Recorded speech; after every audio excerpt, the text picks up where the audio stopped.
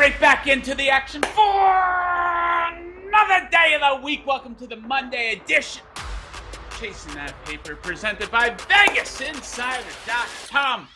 Oh my God, what a weekend of football we are coming off of, but the week is not over yet. We have one more game left. Monday Night Football. Rams at Packers. My God, this game looked a lot different when the schedule first came out, but here we are. Can't complain about any type of football. I'd pay good money to watch this. Also, we'll be covering the NBA, college basketball, NHL, and we will recap all of the action. And there was a lot of action from the NFL over the weekend. So let's bring in my co-host for the day, the second most provocative man in all sports betting.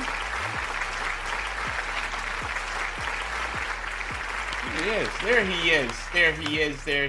Ian, it looks like you got your hair cut. Tell us a little bit about it. Yeah, I got my hair cut. We're heading home for the holidays here soon, so I got to get my hair cut before that. But, Joe, I didn't know we were doing Santa Claus hats. I would have put mine on. I would have got festive for you. I wasn't given the memo, so maybe I'll go run and get my Santa Claus hat while you make your first pick. I don't know. I can't let you be the only Santa Claus on the show. I'll allow it. In the Christmas spirit, looking forward to Christmas this year. A little bit of time off. How much you pay for your haircut, Ian? $40. $40. This guy's throwing around the money. Included. That's with tip included. That's not too bad. Yeah, that's not too bad for New York City. All right, guys, 7 total picks. So let's get right into the action. And of course, we're going to start things off with Monday Night Football, where I'm going to take a shot on the underdog. Rams up to +7.5 this morning. Indeed. I am all over them, so just way too many letdowns from the Green Bay Packers here this season. Did you know that they are 1-7 against the spread as a favorite this season? Way too much respect for the Packers here, who have too many awful performances this season to count. Just 2 wins by more than 7 points a season, each coming versus the Bears.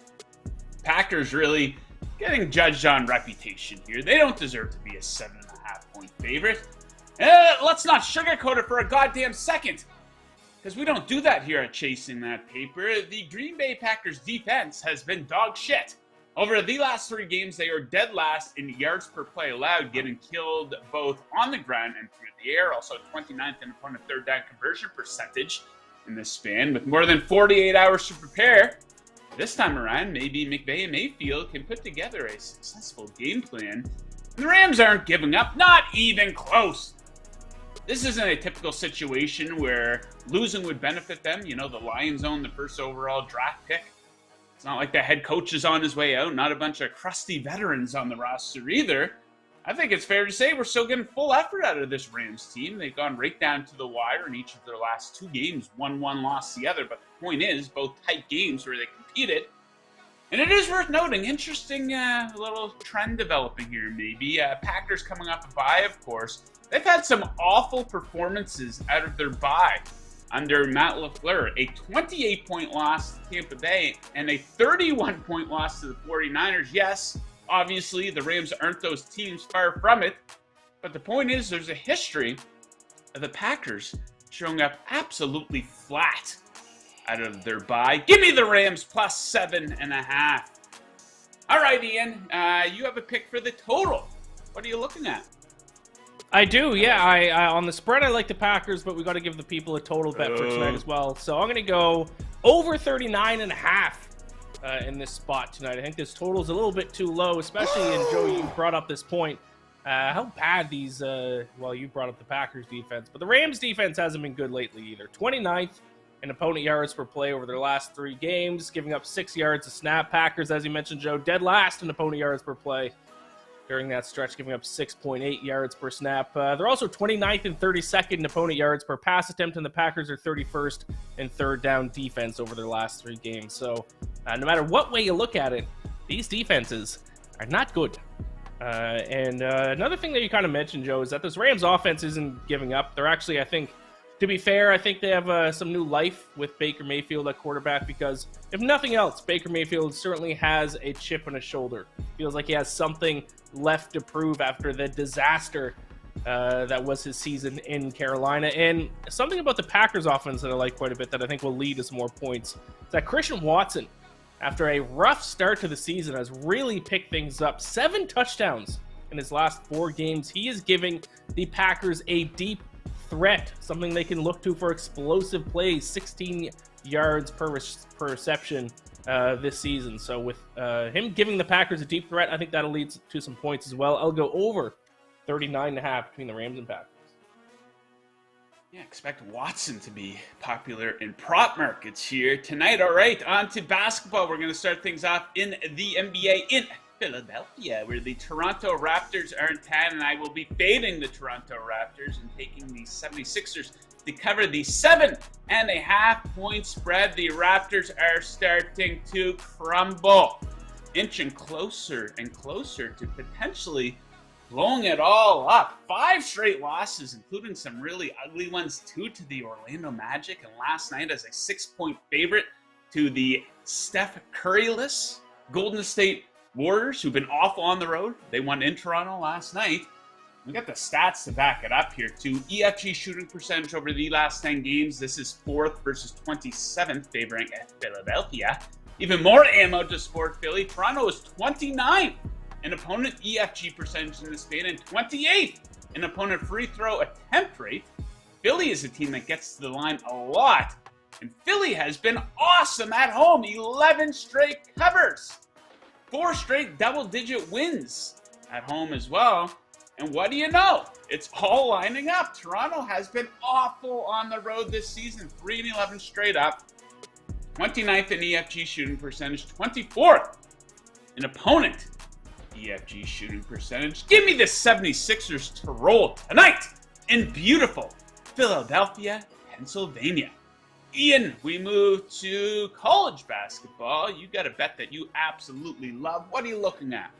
Yes, I do absolutely love this bet. It is a game between UT Arlington, the Mavericks, against the San Francisco Dons. And I like UT Arlington, their team total under 60.5 in this one. It's a pretty straightforward handicap here because UT Arlington sucks when it comes to shooting the basketball, which I believe is the point of the sport. I think you're supposed to put the ball in the hoop. Well, they are 342nd in effective field goal percentage, the second worst shooting team in the entire country. An EFG percentage of only 40.5%. They're also averaging only 56.6 points per game. And now they need to take on a San Francisco defense that is inside the top 100 in shooting defense, 95th in opponent EFG percentage. And also, UT Arlington's not going to get very many second chance scoring opportunities because the Dons are 14th in defensive rebounding, one of the best defensive rebounding teams in the country, grabbing 80.2% of available defensive rebounds. So I will take UT Arlington team total under 60.5 tonight at -108. Yes, sir. All right, back to the NBA, where I'm going to take a big swing on a player prop. I'm going to take Donovan Mitchell to score 35 or more points, coming in at odds of +250 in Cleveland tonight versus his former team, the Utah Jazz. And that's a big reason why I like him to absolutely go off tonight. You know, he didn't exactly leave things on the best of terms when he left Utah, so I can guarantee that he's absolutely foaming at the mouth to light them up tonight. And Mitchell's a big game player. This guy has 19 30-plus point games in the playoffs, so I think he absolutely rises to the occasion in games that have more meaning like this one does. And it's not like this is some crazy feat or anything for Mitchell. He's already done this 6 times this season. He's having a great month, averaging 32.6 points per game on the month, which is second behind just Joel Embiid. And a pretty good opportunity to score some points here. Expect a lot of easy ones for Mitchell in this game. Jazz allowing the 4th most free throw attempts over the last 10 games, while also being one of the worst teams in the NBA at defending the paint. Close to 50% of his points either come at the free throw line or in the paint. Give me Donovan Mitchell to go off tonight and score 35 or more with odds of +250. Ooh. All right, next. Yeah, baby. Taking a swing All right, next up we move to the ice here. Ian, your favorite bet for the NHL tonight. What are you looking at?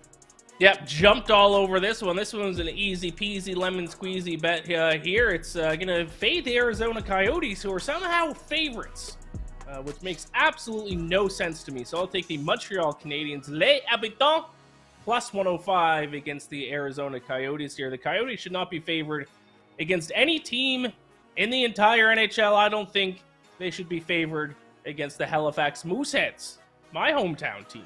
So I'm going to take the Canadiens here because the Coyotes dead last in Corsi percentage this season, dead last by 2.47%, dead last in expected goals percentage by 3.88%, and dead last in high danger scoring chance percentage by 4.5%. This team absolutely stinks. Not only that, but they're allowing 4.14 goals per game over their last 10 games. That's a lot of goals. Now, I will say the only thing that's keeping them afloat, the only reason that they don't have the worst record in the NHL is that they have been shooting the puck very well. They're only getting like 15 shots a game, but they're scoring on 3 or 4 of them. But that's going to regress. There's no way that a team with this bad of underlying numbers is going to continue to keep shooting the puck this well. So anytime they will be favored, this is a promise from me to everyone watching. If the Coyotes are ever favored again, I will be betting against them every single time that they are. I'll take Canadiens plus 105. Easy. Easy, easy. Sure, all right. A couple easy ones from Ian. Shout out to the St. John Sea Dogs. Talking Quebec Major Junior Hockey, baby. That's my hometown team. Shout out Sea Dogs. All right, my best bet for the NHL tonight. The Boston Bruins in a regulation coming in with odds of minus 115 with the Florida Panthers in town. The Bruins at home are an absolute wagon. Should have been betting on them all season. Better late than never, though. 18-2 on their home ice. All 18 of those wins have occurred in regulation. In Florida, great regular season last season. Not the case this year. They're average at best. Over their last 16 games, they're just 6-10. Now, they did beat New Jersey last time out. That's a high-quality win, but they've only won consecutive games once over the last month. Then you dig into the analytics here. Expected goals for percentage over the last 10 games, second versus 20th, favoring Boston. And we have a monster edge in between the pipes. Neither of these goalies official, but both are expected. Linus Ullmark, the pride of Sweden, likely to get the call for the Bruins. First in goals against average and save percentage on the season. 10-0-1 at home, where he has a ridiculous 174 save percentage. Sergei Bobrovsky, meanwhile, for the Panthers, a 363 goals against average on the road. This man absolutely stinks. Give me the Bruins in 60. Minus 115. We are ripping, we are rocking, we are rolling on today's show. 7 total picks, guys. If you're looking for a place to place your action, I highly recommend placing that action over at BetMGM. Let me tell you a little bit about them. Kick off your day of sports betting with the king of sportsbooks. Sign up with BetMGM using bonus code VIBONUS. And your first wager is risk-free up to $1,000. That's VIBONUS, all one word, no spaces, and your first wager is risk-free up to $1,000. Visit BetMGM.com for terms and conditions. You must be 21 or older. BetMGM, the king of sportsbooks. Broncos country, let's ride. I think time to retire that one. I mean, the Broncos are just completely irrelevant now. I don't know if they'll be on the show much more this season. They've gone over in 2 straight games now, so the train might be coming to a halt. Then again, they do play the Rams this upcoming weekend. I don't know if those teams can combine for 10 points in a game. Saying the guy who's on the Rams plus 7.5 tonight, but yeah, we'll see. We'll see when we get there. Okay, let's recap Ian what we saw over the weekend. This was one of the craziest weekends in my memory of ever watching the NFL. So let's start with what we saw on Saturday. On Saturday, I'm a guy with a family and stuff like that. So I was like, I'm not going to be able to watch all these games. So I'm just going to keep tabs on them. And I'm keeping tabs. I got the alerts popping up on the phone for the Colts-Vikings game, which was the first day there. on Saturday, and I'm seeing that the Colts are beating the absolute living shit right out of them. They're up 33-0 at halftime. And I think to myself, well, I'm not missing anything here. And by the time I get home, I think it was around the fourth quarter. And of course, we know how that game ended up, right? The Vikings, the greatest comeback in regular season history, end up winning that game in overtime. They probably should have won it in regulation. They had a bad call go against them. But either way, they won. You know, the Vikings are a team that a lot of people poke fun at. They call them frauds. I still believe that they are, but you got to give them all the credit in the world for coming back there. An easy over. That game, a total of just 47. So, Ian, I got to ask you about your boy, Matt Ryan. We know, everyone knows 28-3. Now this is 33-0. How you feeling about that? I think this is the biggest blown lead in Matt Ryan's career. Fact or fiction, that's fact. So I think it's only fair that we stop bringing up previous blown leads. This is the biggest one. No one's ever blown a 33-0 lead, so there's no need to talk about any other blown lead that Matt Ryan's ever had in his entire career. I think it's only fair. 33-0 should be the new standard that we all bring up and joke about. I think that's fair. Indeed. Okay, moving on. The middle game on Saturday, a complete and total dud. I'm happy it was a complete and total dud because I had the under for Ravens-Browns. The Browns won 13-3. Deshaun Watson remains unimpressive. Some red flags, though, for this Ravens offense. They've absolutely stunk over the past couple of weeks. They need Lamar Jackson back badly. Playoff spot, anything but guaranteed for them at this point. They're in a decent position now, but who knows down the stretch. We're going to talk about Lamar Jackson shortly here. And then a game, hey, I've never been prouder of my team after a loss than what I saw from the Miami Dolphins in Buffalo on Saturday night. As you know, this time last week, I was quite down on my team after that absolute dud they had versus the Chargers last Sunday night. But they came into this game, you know, their backs were against the wall. All the narratives and coverage on the Dolphins was pretty negative. You know, we can put to bed the Tua can't play in the cold bullshit. Tua was the best player on that offense. They were dropping balls all over the place. You know, some Dolphins fans wanted to complain about the play calling. But, hey, that was a great performance by the Dolphins against the team that's favored to win the Super Bowl. And that's got to be the best home field advantage in football, Ian. In Buffalo, in the cold like that, the Dolphins getting pelted with snowballs. Any takeaways from that game? By the way, great call on you. You're the only person out there that I saw pick the Dolphins to cover the spread. So, great call by you. Any takeaways from what we saw between the Dolphins and Bills? No, that kind of is my takeaway, is that don't overreact to these silly things like, oh, the snow, guys don't know how to play in snow. That was kind of my main point last week when I picked the Dolphins. All those narratives that people like to talk about on Twitter, the people convinces people to bet one way or the other. These are football players. They're fine. I know they got some snowballs out there, but they got heaters on the sideline. I mean, if my point was couldn't have been proven more correctly on Saturday night. They're fine. They put up a ton of points. People were betting the under as well because I thought, oh, snow, we're going to barely see any points. No, it's fine. It's a normal football game. Dolphins are going to be okay, Joe. Dolphins, they're not going to win the Super Bowl this year.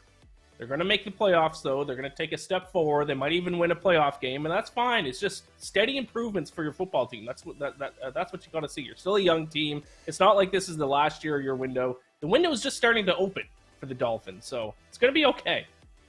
Yeah, I really want to thank Ian for talking me off the ledger last week. Super positive about the Dolphins. We usually don't get this from Ian on the program, but here we are. And I'm going to tell you what, I think the Dolphins can go into Kansas City in opening round playoff game and give them a game. I would love to see that matchup. You have the whole Tyreek Hill storyline, so I would love to see that come to fruition. Moving on, Atlanta Falcons, New Orleans Saints. Not a whole lot to talk about here. The Saints should have covered that game easily. I'm probably like 0-8 when I take the Saints in any type of bet this season. They get up to a 14-0 lead. Of course, they only win the game by 3 points. Not a whole lot else to talk about there. A lot to talk about. Dallas Cowboys, Jacksonville Jaguars. The Jags coming off 2 very impressive wins. They beat the living shit out of the Titans last week. Then they have this game, probably maybe their biggest test of the season. They go down early, and they end up winning in overtime. Trevor Lawrence showing some real guts. You know, people were saying some red flags about him, some whispers. Is this guy going to be a bust? It's not looking like that. Any thoughts on what we saw of the Jags there yesterday, Ian? Yeah, the Jaguars, their offense. I was kind of out on Trevor Lawrence. I'm still not 100% in, but we've certainly seen huge improvements by him. That is absolutely for sure. And everyone knows how much I hate the Titans, so nothing would make me happier than the Jaguars catching the Titans in the AFC South. And obviously that win yesterday helps their chances quite a bit. So I like the Jaguars. I think they're a fun team. Yeah, and I think I speak for everybody when I say I would much rather see the Jaguars in the playoffs as opposed to the Tennessee Titans. Yes. Let's get the Jags. Let's get the Jags and the Lions into the playoffs. I would love to see that. Speaking of those Lions, they showed some guts on the road. Wasn't the most entertaining game. It was pretty entertaining at the end, I guess, but a 20-17 win in New York versus the Jets. You know, that was a masterclass by Robert Saleh on how not to manage a clock at the end. Usually it's Dan Campbell making these mistakes, and Dan Campbell did make a couple mistakes in that game. But Ian, I know you like the Jets in that one, and a lot of people, you know, they can't wait to bully and pick away at Zach Wilson. Zach Wilson, he threw one really bad interception, but he did move the ball pretty good through the air in that game. So what are your thoughts on the Jets and Lions moving forward here? I want to see the Lions in the playoffs for sure, so I wasn't too upset about that. But the Jets, I mean, they gave up a punt return touchdown. That's what's going to happen. The Jets can't give up those kinds of touchdowns because their defense is so good. They kept the Lions' offense in check, which has been one of the better offenses in the entire NFL. So I still like the Jets. If the Jets somehow make the playoffs, I think the Jets are a team that you don't really want to play in the first round. But the chances of them making the postseason are pretty slim. Unfortunately, my bet on them to win the AFC is dead. I can basically rip up that ticket. So, but the Jets are moving in the right direction. Young team. Saleh's going to learn from these mistakes. I still like him as a coach. But yeah, that was a backbreaker. But let's get the Lions in the playoffs as well. That'd be fun. Oh, I would love to see that. Next up, the Kansas City Chiefs needing overtime, really, to beat the Houston Texans. That game closed with a 14-point spread, and I've been saying this for a little while. Nobody plays down to the competition like the Kansas City Chiefs. This team doesn't play full football games. They don't come out and play 4 strong quarters. They just rely way too much on Patrick Mahomes, and I believe this is going to come back to bite them when we get to the playoffs here. You know, we've seen it in the past in the playoffs when they fall behind big. Like, remember they fell behind to the Houston Texans in Tennessee, and they just rely on Mahomes. He brought them back. We saw what happened in the playoffs last year in the AFC title game. They laid the smackdown in the first half against the Bengals. How did the second half of that game go? And then you have the Chiefs in games this season. They needed overtime to also beat Malik Willis at home. Remember that on Sunday Night Football? 2 months ago or so now. They barely covered the spread against the Rams a couple of weeks ago. So what do you think here, Ian? Any concerns with Kansas City moving forward, or just a bit of a write-off here, and I guess a meaningless game in the big picture? No, they got some issues on defense. They're terrible in the red zone. They're not great on third down. I mean, the Texans' offense is the worst in the NFL, even after yesterday's performance. They got bailed out in that game by Davis Mills' fumble in overtime. I was on the under. I didn't think the Texans could score that many points. Obviously, they did. That killed the under. But the Chiefs have a lot of defensive issues that they got to figure out in these final few games, or else they might be looking at a first-round exit in the playoffs. But Patrick Mahomes, you look at his numbers. If you look at his numbers, it's mind-blowing that game even went to overtime. I don't have the numbers in front of me right now, but I think he only had like 4 or 5 incompletions. But their defense just completely let them down. So their offense is still going to be fine, but their defense, they got to fix some issues. Yeah, they're too reliant on Mahomes, but then again, that's why they pay this guy the big bucks, I guess, right? Yep. So that's kind of his job. Another minor letdown, I guess. The Eagles, they won by 5 versus Chicago. They were in the lead for most of the game. They didn't cover the 9-point spread. I did have them on a teaser, though, so they did come through for me there. But I have no concerns about that. Maybe a bit of a letdown spot where a game they're not necessarily getting up for. Cowboys on deck here this week. So any concerns with the Eagles in that performance yesterday, Ian? Well, yeah, it's the same concern I've had all season with the Eagles. It's the same reason why I bet on the Bears to cover the spreads. They can't stop the run. I don't know what they gave up for yards per carry yesterday, but I'm sure it was a higher number just based on kind of the eye test of watching the game. So the Eagles they're very good in every single area, but if they have an area that's going to cost them in the postseason, it's the inability to stop the run. So if they face a good running team in the playoffs, they might run into some trouble. All right, next up, just when you think the Carolina Panthers might get it going, and they're still not dead by any means, that's the state of the NFC South. They lost by 8 at home as a 2.5-point favorite versus Mitch Trubisky. And the Steelers, that one went over the 37-point total by 3 points. Next up, the Cardinals-Broncos. This game somehow went over, too, as I alluded to, the Broncos under train coming to a bit of a crashing halt here. 2 straight overs for them.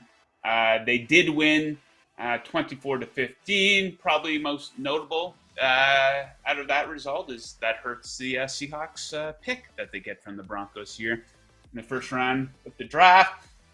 Then we get to a couple interesting ones here.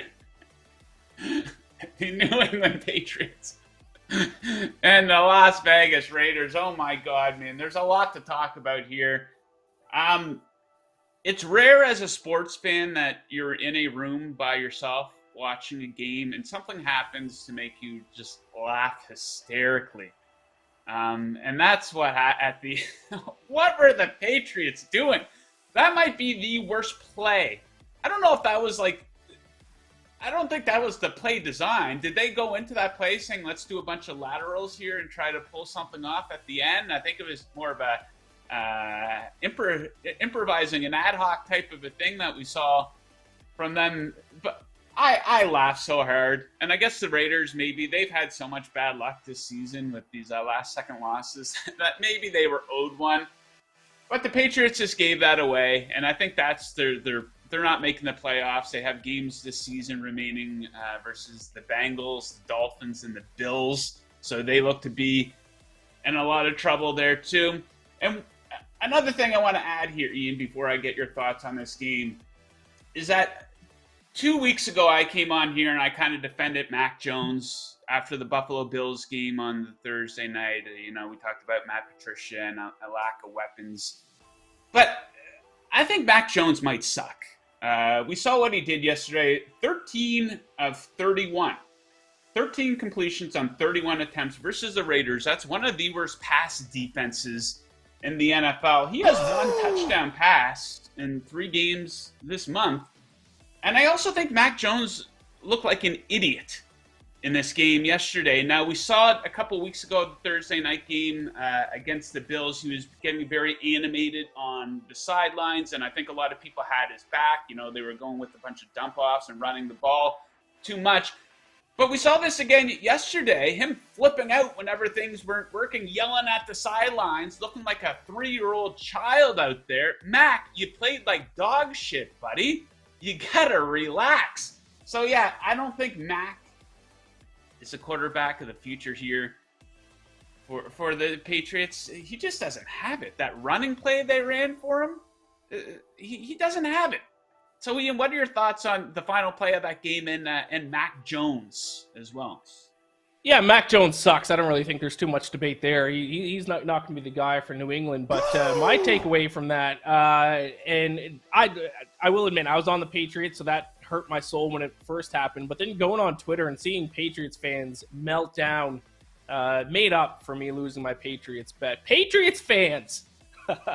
You've won, what, 6 Super Bowls the past 20 years? You can't take one bad game going against you. You can't take one bad season. You're still a borderline playoff team. And I'm seeing guys making videos, fire Bill Belichick, get rid of everyone. This guy is the greatest coach of all time. Won you 6 Super Bowls. What else do you want? Yeah, sometimes they're going to have bad teams. Welcome to the world of every other sports fan. I'm 29 years old, about to turn 30 at the end of the month. I haven't seen one championship my entire life for any team I cheer for. You've seen 6 in one sport, and you're calling for people to be fired after one mediocre season? It's beautiful. I hate Patriots fans. I hate the team. And seeing that happen to them yesterday was glorious. Screw them. Yeah, Patriots, I think it's fair to say, easily the worst team in the AFC East. It's been a very long time since we've been able to say that, but I think it's truth. Cincinnati Bengals, Ian, now 19-3 against the spread in their last 22 games going back to last season, including the playoffs. And they got outplayed yesterday. Like the Bengals or the Bucs easily won the yards per play battle in that game. They had a nice big 17-3 lead at half. Then the Bucs come out and they turn it over 4 times in the second half. To the Bengals' credit, they were very efficient in the red zone. I think they were 4 or 5 in red zone touchdown scoring attempts, and they easily win that game by 11. So I think maybe that is a bit of a mark of a good team, and you're able to easily win despite not playing your best game. So the Bengals looking pretty good at the right point of the season. But this is so pathetic. The Bucs still if the season ends today, they're hosting a home playoff game in the opening round. We got to change this rule, Ian. Like, okay, if you want to get the division winner, they get into the playoffs even if they have a losing record. Okay, that's fine. But you shouldn't get to host a playoff game. The Dallas Cowboys shouldn't have to go to Tampa Bay. So what do you think of the result of that game yesterday and this ludicrous rule of the Bucs potentially hosting a playoff game here? Yeah, I don't agree the rule should be changed. I think it's a pretty rare situation that the division winner is this bad. It happens once every few years, but that's why those divisional games are always more important. But yeah, the Bucs are dead. I keep saying it every single week. I don't know what the line is for the next Bucs game, but I'm sure I'll bet against them again because they're terrible. Their offense stinks. Even in games where they're outplaying the other team, they find ways to lose. Tom Brady's not coming back. They're not going on a Super Bowl run. They might not even win the division. The Bucs are dead. Officially. Dead. Bucs are dead, officially. Okay, Tennessee Titans, they gave it their best effort, I guess, but their best effort wasn't very good. They lost by 3 to the Chargers. Chargers eked that one out. Herbert looked pretty good at the end. So the Chargers are in an excellent position to make the playoffs. They have a very easy schedule the rest of the way. Now, the Chargers are a team that we've seen trip up before, so they're playing probably their best football of the season, though, right now. And I think we can all agree we would like to see the Chargers get into the playoffs. They're a fun team to watch, not at the expense of my Miami Dolphins, though. Okay, and we're going to wrap things up here, Ian. The Sunday night football game, I had the under in this one. It worked out pretty good for me, a 20-12 win for the Giants. A lot of controversy, though. What do you make of what we saw at the end of the game? The Commanders absolutely screwed. Yeah, listen, something happened there at the end of the game. I hate the whole narrative that games are rigged, but I've never seen more damning evidence. If people didn't watch it last night, Commanders down on the goal line. If they score a touchdown and get a 2-point conversion, it would have been a tie game. Terry McLaurin checked with the referee to make sure he's lined up on the line. The referee told him to move ahead. You can see it. There's a zoom in of the whole thing. He then moved up, and then the ref was flinching to go to his flag. He was ready to throw the flag as soon as the ball was snapped. He had already made up his mind he was going to throw the flag. Even though he told McLaurin he was on the line, Commanders run the ball, get in the end zone. The flag is thrown, called legal formation on Terry McLaurin. The ref who then 10 seconds earlier told him he was lined up correctly. And then on the next play, I've seen one of the most best examples of defensive pass interference that wasn't called. I've never seen pass interference more clear as day than that one on the Giants. So I'm not going to claim it's rigged for betting purposes. I certainly don't think it is. I saw a theory that maybe the whole Dan Snyder situation, the owner of the Commanders, maybe the NFL wants to stick it to him. I don't know what it is, Joe, but at the very least, we need these refs to answer for these things. Players get interviewed after games when they screw up. Why don't we ever hear from the refs? Why do the refs never have to face the media? Because that was, like I said, it's very clear. He told Terry McLaurin he was good, and then the flag was thrown. And he was going to throw the flag before the ball was even snapped. I don't know what happened there, Joe. That wasn't good, though. That's not good. Here's how you improve refereeing in the NFL, because we've seen a lot of issues with it. I don't know how we're at this point. It's 2022 and it somehow seems to be getting worse. But you incentivize these guys more by doing some type of bonus structure for, having good games or getting X percentage of your calls right. And we got to see this in baseball too. Why aren't there younger referees and umpires, humans who are in like the prime of their lives? Why aren't we encouraging more former players to get into refereeing and umpiring in baseball? When's the last time you saw a referee on a football field and you thought, hey, that guy or girl looks kind of young? It's all dudes in their 60s and 50s, right? Why not have some like ultra sharp people who are, in their 30s and 40s? It kind of doesn't make any sense. Baseball is worse than football in that regard, but I think NHL has some, referees in their 30s. I think you see that quite a bit. But I don't know what's going on in sports here. Refereeing in football, judging in the UFC has been an absolute disaster here lately. But another thing, I don't know how it's getting worse, is clock management in the NFL. Here, we've been complaining about this forever. Robert Saleh yesterday was a total disgrace, and there's probably a few more examples of it from this past weekend. Why doesn't every team have a person who is a game management specialist, and they're up there in the booth with the offensive and defensive coordinator, and they can get in the coach's ear? Here's what you're going to want to do. You're probably going to want to take a timeout now because of this. No, hold on, wait to take your timeout because of this. Here's why you should kick the field goal now. Here's why you should take the 2 points now. It doesn't seem like we have this. You got the Robert Salehs and Dan Campbells of the world just on a whim and making these decisions. These are billion-dollar enterprises that these guys are running. And the clock management, it's a complete and total disaster. I don't really understand it, but it kind of makes things entertaining.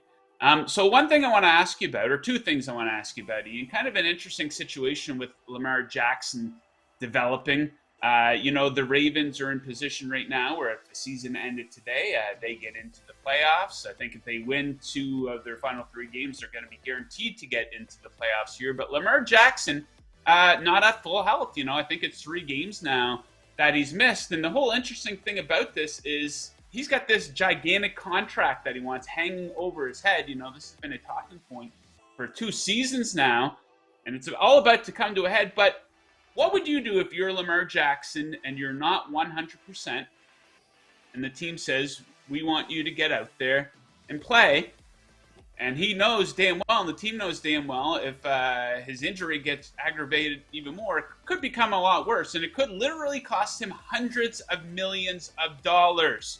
Like he just saw what happened to Kyler Murray a week ago. If you're Lamar Jackson and you're not 100%, are you going out there and playing? Yeah, I would, especially because I think recency bias, what have you done for me lately kind of thought's going to play a big role in the contract he gets. And now it's 2 straight seasons that he was hurt and didn't finish. Only played 12 games last season, has only played 12 games so far this season. Never played an entire season. There's been no seasons so far in his career where he played all 16 or 17 games. So I think he needs to go out there, especially because he hasn't been great this year. He started off really hot, hasn't been great a little bit before the injury. He needs to get out there and kind of prove that he's worth the money, that he's worth the contract a little bit. Sure, maybe if he was the MVP favorite when he got hurt, then maybe I'd suggest sitting out. But he certainly was not, especially the few games leading up to the injury. He's got to go out there and prove to people that he's still the Lamar Jackson that won MVP a few years back. I have a theory that I want to drop on you. Okay. We'll get your thoughts on this. So a lot of talk, if you listen to the podcasts and sports talk radio, it's, hey, what's Tom Brady going to do next season? Now, a lot of people think he's returning, considering, he doesn't have the family obligations that he would have had this time last year, not to make light of that. But and I think another popular opinion is that he will not be returning to the Tampa Bay Buccaneers. I don't think Todd Bowles is fit to run a team. The offensive line isn't what it was in previous years. Those big-time receivers seem to be regressing. So people are kind of throwing out different teams that Tom Brady might end up on. Enough with the New England Patriots. Tom Brady returning to the Patriots. That's not returning. Tom Brady wants to go to an A-plus situation. He's not going to a team where Matt Patricia is the offensive coordinator and his best receiver is Nelson Aguilar or Devontae Parker or one of these guys. So that ain't it. That's not happening. Tom Brady is not returning to the New England Patriots. Tom Brady, why would the San Francisco 49ers be interested in taking on Tom Brady for a season? That's another popular one because Tom Brady's from the Bay Area. They have three pretty good options. You can bring Jimmy G back. That probably won't happen. And then they get the two young guys. Why wouldn't you roll with either of them, especially Purdy if he keeps playing like this? But my theory, and a bit of a prediction here, if the Baker Mayfield thing does not work out, we're hearing rumblings that Matthew Stafford is potentially considering retirement here. He's got a spine contusion. That doesn't sound very good, so I don't think it'd be that shocking to see Matthew Stafford retire, which would open up a position at the quarterback position. Tom Brady joins the LA Rams, joins forces with Sean McVay and Cooper Kupp. They kind of revamp things there, build up the offensive line a little bit, and take another run at it in LA. What do you think of that thought? I like that thought. If Matt Stafford retires, absolutely. But whether or not he retires is, can kind of up for debate. But if he retires, that makes too much sense, Joe. I think you nailed it. I like it. I'm in. Hey, you heard it here first, baby. Absolutely love it. Okay, guys, if you are watching us right now on YouTube, the live chat is quite active, I can see. So if you're on there right now, do us a favor, hit that like button, hit the subscribe button, help us out, help yourself out too. If you subscribe to this channel, it makes our content easier to find, and there's a lot more on the Vegas Insider YouTube channel besides chasing that paper. A lot of great content on there, so make sure you check it out. All right. What now? Hold on here. Get my notes organized. Oh yeah, I also want to tell you guys about the Vegas Insider app. You're going to want to check it out. We've got up-to-date, easy-to-navigate odds for every major sport.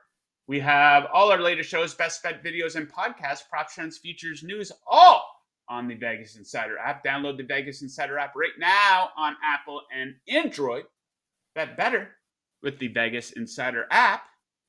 Let's take a quick look at the Super Bowl futures odds board here as we head into Week 16.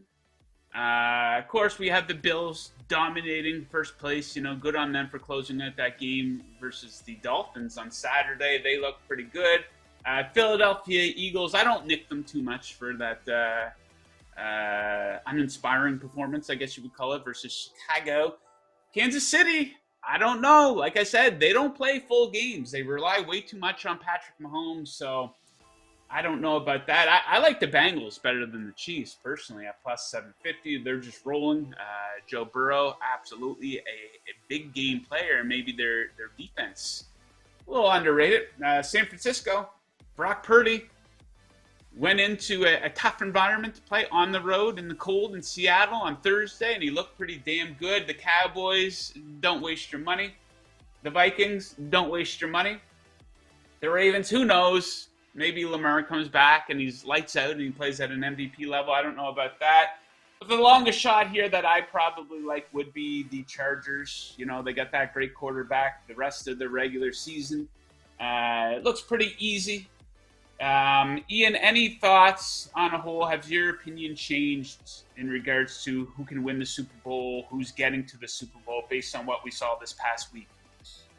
I think now might be a time to take a little shot on your Miami Dolphins, 34-1. I kind of like that for a team that's probably going to be in the playoffs and explosive offenses they have. Like I said earlier, they're probably not going to win the Super Bowl. I don't think they have enough experience yet, and they have some holes they need to fill. But 34-1 for a team that has that explosive of an offense, probably now is the time to jump on them if you want to at all.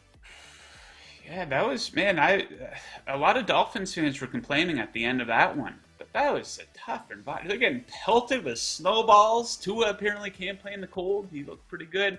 Went right down to the wire, so no complaints there. And I think if the Dolphins play the Chiefs in the opening round, I think they can give them a game.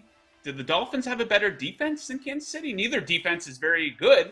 Both offenses are fantastic. If the Dolphins get a bounce or two, I think that they could go into Kansas City and beat them. As I said, the Chiefs don't play full games. I would love to see that. Tyreek Hill goes back and lights them up. That would be great to see. Okay, we put out a poll earlier on Twitter to get you guys to weigh in on your thoughts for the game tonight. It was at 7 this morning. Of course, it's jumped to 7.5, so that might change some opinions. But when it was at 7, around 55.6%, and on the Packers there. Not an overwhelming amount, but let's get into some viewer picks here. A few submissions. I absolutely love this one. The Maine Black Bears. I've spent a lot of time in Maine in my life. I grew up just across the border in Canada. Used to go to Bangor, Maine all the time. So he likes the Maine money line. Plus 600. Wow. On a nice roll there. 7-1-1 against the spread in their last 9. Also good on the road. And you take a look at the stats. Much better field goal percentage. Free throw percentage. Pesky team. 16th in steals for Maine. Yeah. I don't even know who they're playing here. Underdog specialist, by the way. They're taking on the Akron Zips. Oh, yeah. You got to fade the Zips. Yeah, take a shot on Maine there. Our guy, underdog specialist. Good luck to him on that. Go Black Bears. Shout out Paul Correa. Ooh. Matty Puppy Sports. He likes Watson over 46.5 yards. I'm kind of surprised this is this low. He could get this on one catch. Watson has gone over 48 yards in 4 games in a row and has 107 and 110 in that stretch. Aaron Donald is out, so they will probably struggle to put pressure on Rodgers. I don't mind that. 46.5. Maybe it's a trap, though. All right, what do we have next? Producer Tito. Now, I tell you guys to fade Tito's picks when he submits them. He ended up going 0-2 with his picks on Friday's program. So we got to keep Tito honest. You know, we are all about transparency here at Chasing That Paper. He likes Christian Watson, anytime touchdown, plus 110. Leading in receiving TDs this year for Green Bay. Has scored once in his last 4 games. Wow. I think Tito means to say he has scored 1 in each of his last 4 games. Well, that's not even right. He scored 7 times in the last 4 games. So he scored at least once in his last 4 games, I guess. All right, well, yeah. I don't know if you can take no on the other side of this, but that might be one to consider. Tito, I'm just going to ask if you're going to submit picks just to clean up the grammar here a little bit. And here's an extra one that I submitted. We couldn't get this in for the official show presentation picks, but this is official that will go on my record. Capitals in regulation, minus 120. This is a big mismatch versus the Red Wings tonight. 3rd versus 23rd, and expected goals 4 and 7th versus 29th, and high danger chances for favoring the Caps over the last 10 games. The Red Wings come into that one on a 5-game losing streak. So that's another NHL one that I like tonight. We have a bit of a long show here today, Ian, and a busy week here. We're going right up until the 23rd. Ian won't be on the Thursday program. He'll be traveling to his native Canada to spend his first holiday with his girlfriend's family. So the pressure's on. That whole thing when you're in pajamas and everyone's opening gifts, maybe a bit awkward when you're doing that for the first time with the significant other. Yeah, it's always, make sure you have something decent you can throw on. Like you'd probably, decent loungewear to throw on in the morning. Like if you're like a dirty wife beater and your bare feet and a shitty pair of pajama pants. Try to clean it up a little bit. Maybe brush your teeth, during that whole process, because it's awkward enough. You don't want to be feeling and looking like a complete bag of dog shit. Ian, what do you have coming up this week that we can look forward to? Daily bet slip at 5 p.m. The next few days. Still going to be going live there throughout the holiday week. And I will still be doing the Bacon Bets podcast. A rough day yesterday in the NFL, but got some football left. 3 weeks left? Let's end on a strong note. So that'll probably be a Wednesday morning, I would have guessed, maybe Thursday morning. So check out the Bacon Bets podcast as well. You looking forward to the end of the regular season as a content creator? Yes. I am too. You know, you call these champagne problems. You know, Ian and I, we get to do this for a living, and we get paid all right to get on here and talk about sports. But it is an absolute grind needing to handicap 16 NFL games every single week. We're spoiled. We know it, but we do look forward to the end of the regular season where you can kind of zero in on a lot less individual games. So we're pretty pumped for that, but we're still pretty pumped for the rest of the week here. And guys, keep it locked on the Vegas Insider YouTube channel. Coming up here at the top of the hour, Kevin Rogers will be joined by Patrick Everson, the Week 16 opening line report. Patrick is live in Las Vegas. He has a lot of interesting insights from the sports books there in Las Vegas, so you're going to want to check that out. And I'm going to dig into this Thursday night football game. I got to record my video for that later on the day, so keep your eyes peeled for that. Guys, good luck with your bets tonight, unless you are fading us. And as always, keep chasing that paper. Whoa!